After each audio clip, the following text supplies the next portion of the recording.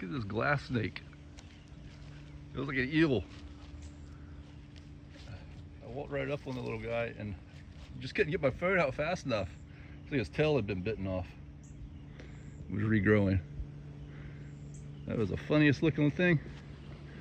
They're part of the, they're a legless lizard, we call them. They're a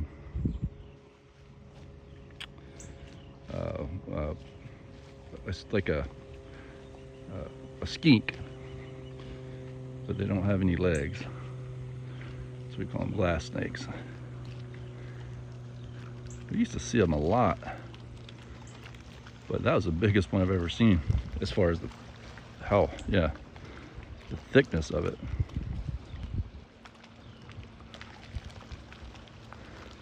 You never know what you're going to see here. This thing is Reptile City. It's like Jurassic World. Turtles and snakes of every variety. I had another picture of a rat snake and I shot a short little video, but my phone memory was full, so I deleted it. But that was right here. And here, these bees are out.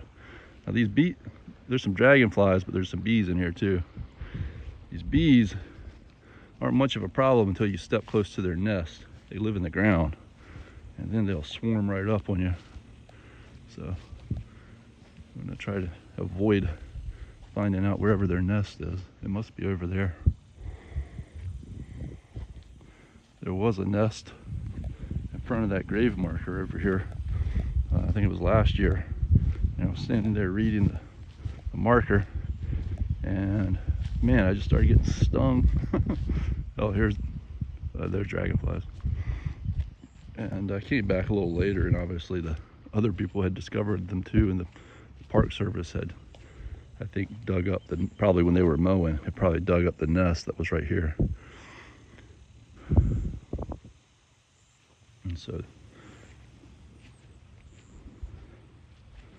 yeah, the bees, I think the bees like the hot weather. You know, you sit, and then there's big old bumblebees that just hang around. You think it gets too cold in the fall, and they just slow down. They keep going and going.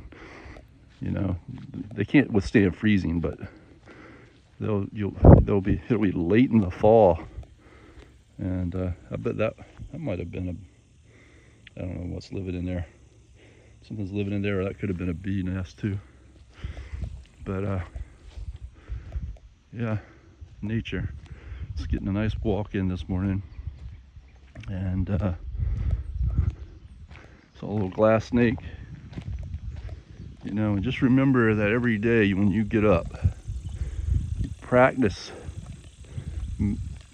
You can strengthen your mind with purpose. You can practice making a stronger mind. So mindfulness, meditation, they're good ways. They're amazing ways that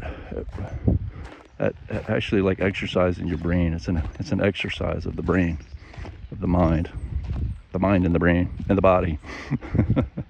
But with regularity, that is a very powerful tool, and a lot of the modern day science is turning back towards those ideas, and then they're calling it it'll be called some sort of modern name, therapy. They won't call it meditation, but it's essentially using those principles.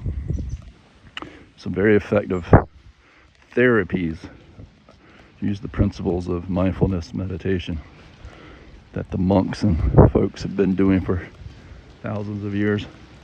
But the reason I just mentioned that so often is because it's so important for you to understand that all the people around you, the people that are closest to you, people that do love you, people that you think love you, but I would say it's better to just realize that the people that are close to you, they do love you. Friends, family, all those kinds of things. But even those people will have a lot of issues and hang-ups. Some of them will be very beneficial to you, I mean, mentally and socially. And some of them will, with time, seem to be very hard to work with or deal with, or they will seem to put a lot of pressure on you to try and kind of take your identity away, not necessarily because they consciously do it, but because it's just sort of the way that they're programmed. It's like they're subconscious, and these things get kind of passed along from generation to generation until somebody's got to break the cycle. But the way to really dampen the effects of the outside world on your